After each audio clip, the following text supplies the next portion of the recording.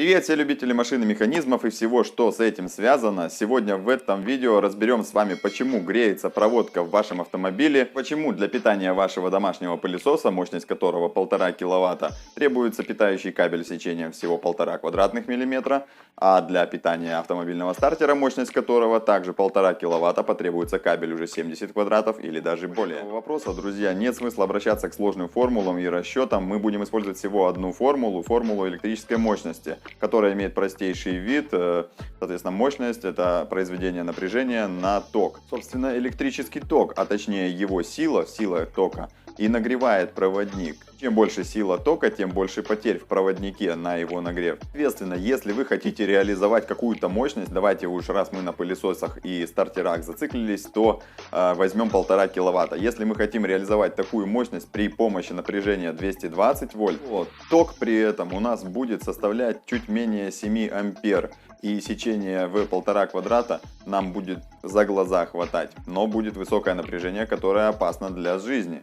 А теперь, друзья, смотрите, как мы реализуем ту же электрическую мощность, но при намного меньшем напряжении. То есть при напряжении 12 вольт нам понадобится сила тока в 125 ампер, чтобы реализовать ту же электрическую мощность 1,5 киловатта.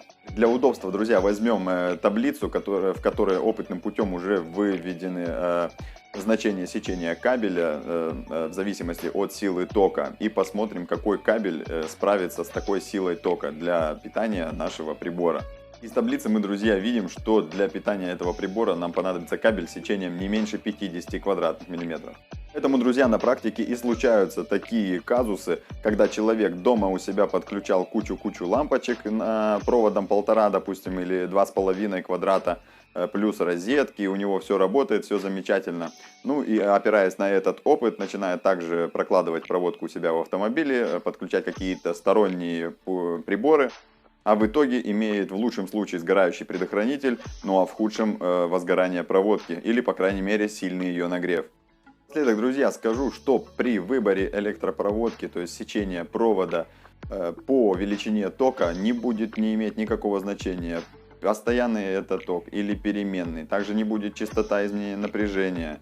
Пусть это будет 400 Гц авиапроводка, пусть это будет 12 вольт, 24 вольта постоянки в автомобилях. Вы можете спросить, почему же по высоковольтным линиям передается мощности в мегаватты, гигаватты, а сечение проводов достаточно небольшое, то есть там 120, 150, 300 может быть квадратов. Вот все дело как раз таки в этом. Переменное напряжение почему у нас прижилось?